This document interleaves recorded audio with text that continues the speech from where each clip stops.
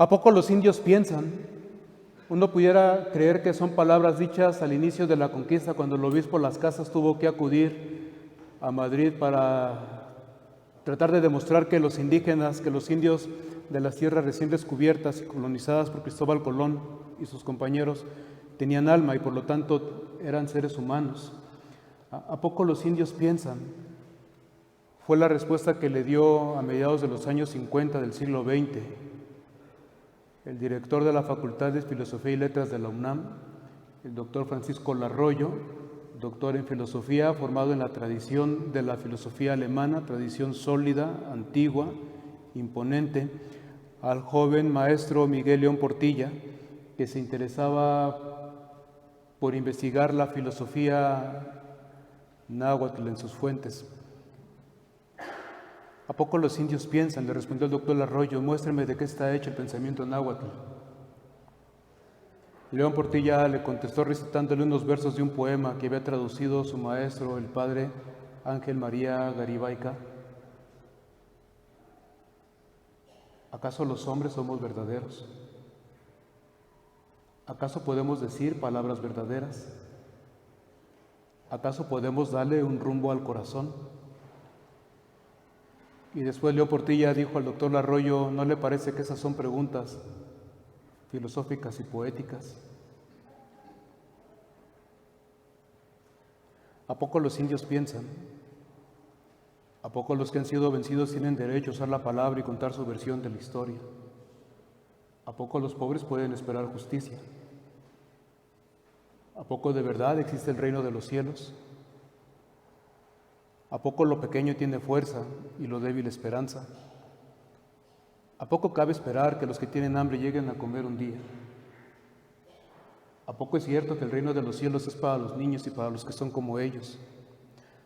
¿A poco no es cierto que son preguntas que nos hemos hecho muchas veces, que somos poca cosa y que tenemos poca fuerza y que tenemos poca influencia, que valemos poco y que somos poco y que por más que hablemos y toquemos, no parece que ninguna puerta que valga la pena se vaya a abrir delante de nosotros? ¿A poco no es cierto que nos ha pasado lo mismo que a los apóstoles, que vamos con el Señor y le decimos, aumentanos la fe?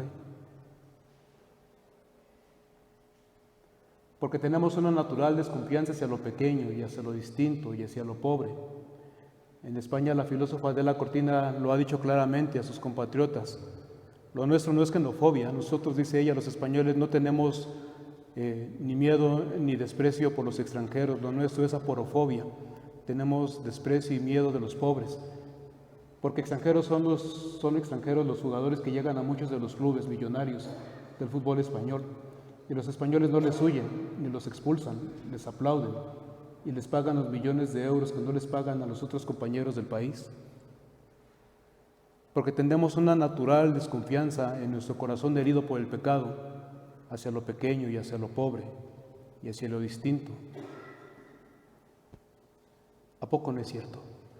Miguel León Portilla se acercó al pensamiento indígena a partir de que escuchó las traducciones, leyó las traducciones de los poemas náhuatl que hizo el padre Ángel María Garibaica, que aparecía Ángel María Garibay Quintana, su apellido materno, y aparecía siempre en nuestros libros de primaria, por lo menos cuando yo iba en la primaria, en aquellos lejanos años 80.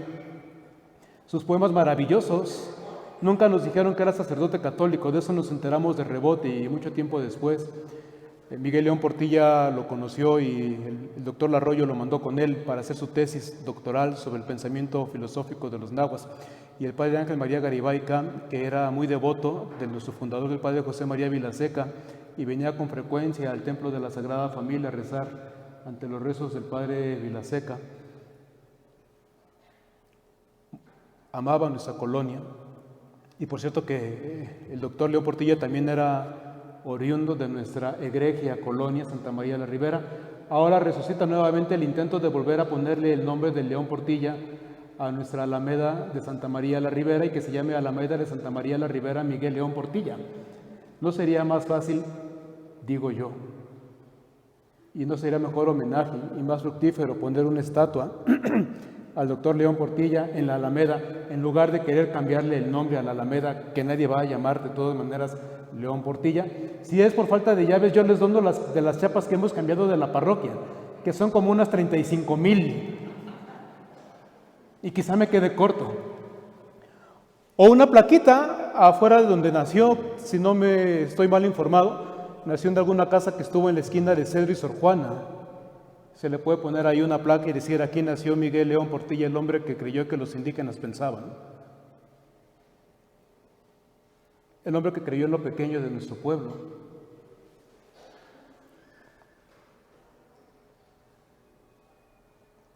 A mitad del siglo XX y apenas vamos en la segunda década del XXI.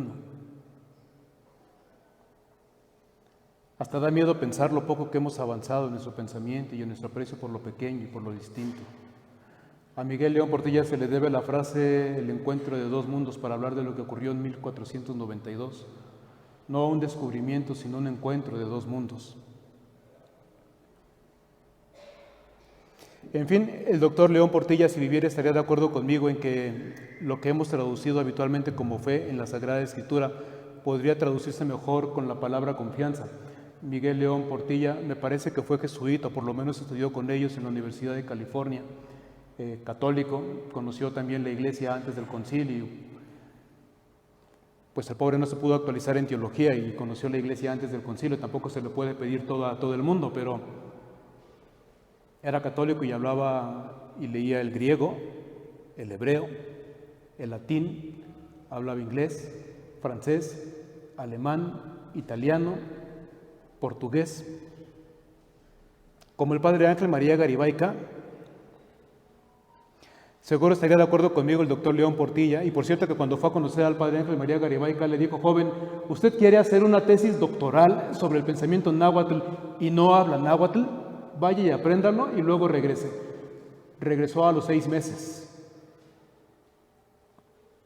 Estaría de acuerdo conmigo León Portilla y por supuesto el padre Ángel María Garibaica, que decía del padre Vilaseca que era un verdadero santo. ¿En qué es mejor traducir confianza que fe? ¿Quién puede medir la fe?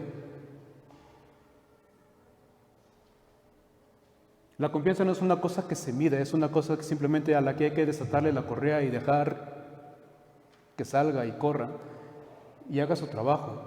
Aumentanos la fe, decían a Jesús, aumentanos nuestra confianza en ti y en Dios y en nosotros mismos. Pero hemos crecido mal acostumbrados y mal educados a creer que la fe es la recitación de oraciones y de dogmas y de verdades, y eso no es la fe. Aunque pueda ser buena pedagogía para los niños y para su mnemotécnica. Aquí es con mi hijado que ya va a cumplir 8 años. Ya recita el credo de cabo a rabo, prácticamente sin equivocarse. A mí, por supuesto, cuando me dijo su papá que la catequista le dijo que tenía que aprenderse el credo, casi me infarta, pero cuando me dijo ayúdame a que se lo aprenda, dije ni modo. Y entonces le dije: tienes que recitar el credo 2 veces antes de desayunar, 2 veces antes de comer, 2 veces antes de irte a la escuela y 2 veces antes de dormirte, ¿de acuerdo? Y claro, ahora ya se lo sabe, pero como afortunadamente tiene a su padrino, entonces ya le he dicho que el credo es una oración muy bonita y que algún día la comprenderá, pero que la fe de verdad es la confianza en Dios y que él tiene que aprender a confiar en Dios que lo cuida como lo cuida su papá, que tiene que aprender a confiar en Dios que lo alimenta como su mamá que prepara la comida para él y su familia todos los días, y que tiene que aprender a confiar en Dios, en su providencia, como en su padrino, que año con año le lleva su regalo de cumpleaños, porque esa es la fe, confianza. Así que le he dicho que tenga mucha confianza y mucha fe en sí mismo y que no tenga miedo de ponerse a bailar y a cantar en voz alta.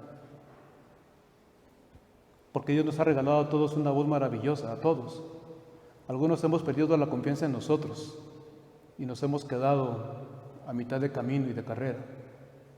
Pero cuando hay confianza suficiente en Dios y en nosotros, ¿por qué no podríamos confiar en Dios y en nosotros si hemos sido creados a su imagen y semejanza? ¿Por qué no podemos confiar en Dios y en nosotros mismos si Dios por nosotros ha dado la vida en la cruz? ¿Por qué no podríamos confiar en Dios y en nosotros que hemos sido sumergidos en el Espíritu de Cristo Jesús, el Señor, en quien vivimos, nos movemos, por el cual existimos?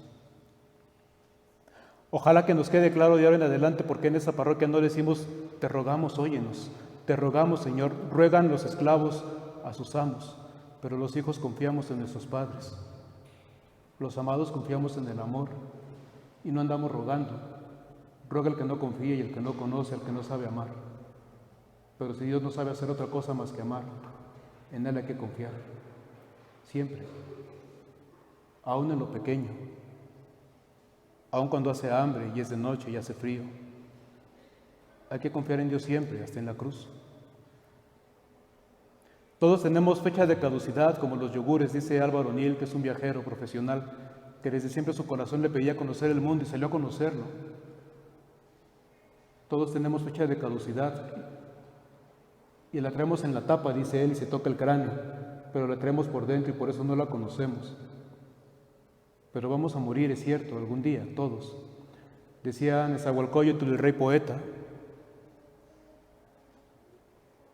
¿a dónde podemos ir que no exista la muerte? Y voy por eso a vivir llorando. Otro rey poeta, el rey del pueblo judío, David, de él la Escritura dice que cantaba también ¿a dónde voy? Y no a la muerte.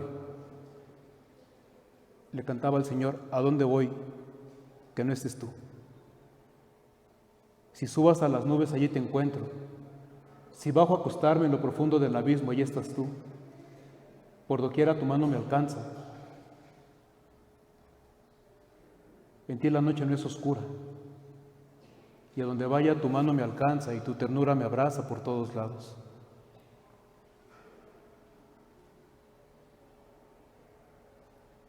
Y en realidad los hijos de Dios no morimos. Y es verdad que en esos días se ha muerto gente que antes no se moría. Los hijos de Dios no morimos, los hijos de Dios resucitamos. Vamos entonces a dejar de vivir. Todos morimos, es cierto, pero no todos morimos de la misma manera. Decía Pedro Casaldáliga, misionero claretiano en las Amazonias, obispo después, en los años 60, le decían sus colaboradores que no trabajara tanto y que durmiera un poco más, porque dormía solamente 2 o 3 horas cada día. Y le decían, el Señor se va a morir, y decía Pedro Casaldáliga, probablemente me voy a morir pronto, pero habré vivido más. Frente a la cruz de Jesús entendemos que son grandes, no los hombres que viven mucho, porque acumulan días, que han vivido mucho, los hombres que han sabido confiar mucho en Dios y en sí mismos, y que confiando mucho han amado mucho y transformado mucho el mundo, para que se parezca cada día un poco más al reino de Dios. Lo nuestro entonces es confiar, confiar y amar, creer en Dios y creer en nosotros, creer en lo pequeño y en lo poco, en lo débil porque es donde está la fuerza, en lo pequeño que es de donde nace la grandeza, y en la cruz, porque es donde la muerte quedó destruida, y junto a la resurrección del Señor, hasta la grandeza de la muerte queda en ridículo. No hay nada tan grande como el infinito amor de Jesús. Así es que si vamos a resucitar, en lo que resucitamos sigamos soñando que este mundo se parece al reino de Dios.